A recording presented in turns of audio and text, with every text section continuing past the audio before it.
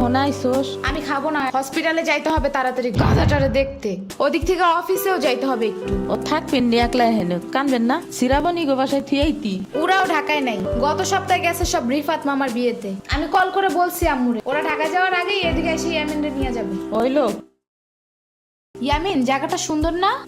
বিশাল বড় বড় নদী আছে এদিকে, দেখছো না? হ্যাঁ হ্যাঁ। আবার নৌকায়ও উঠতে পারবা। মাই গুডনেস, তাই? তাহলে তুমি থাকো এখানে কিছুদিন, আবার সাম্বারাও আসতেছে কয়দিন পর এখানে। ওকে, তাইলে চলো এবার নৌকায় যাই। না, আমার বাসায় যাইতে হবে।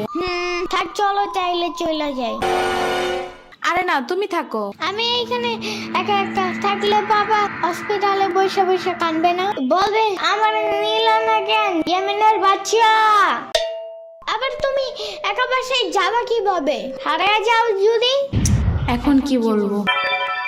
ওকে দাঁড়াও, তাইলে গাড়িটা কি? গাড়ি কেন? তাইলে এত